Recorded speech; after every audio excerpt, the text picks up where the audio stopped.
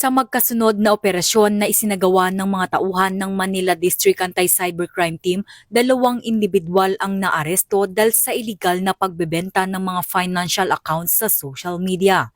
Sa isinagawang cyber patrolling, natuklasan ng mga otoridad ang talamak na bentahan ng mga financial account sa iba't ibang Facebook pages kung saan ibinebenta ang mga ito sa halagang 5,000 piso bawat isa.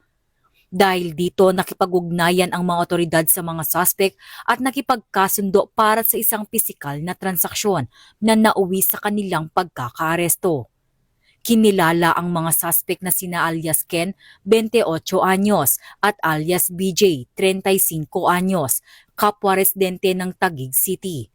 Sa kasalukuyan nasa pangalaga na ng MDAC ang mga suspect kasama ang mga nakumpiskang ebidensya para sa kaukulang dokumentasyon at tamang disposisyon ng kaso. Mula dito sa Campo Crame, ako ang inyong PNN correspondent, Patrolwoman Mary Grace Artizuela, nagbabalita para sa Police News Network, Alagad ng Batas, taga-taguyod ng Balitang Pulis.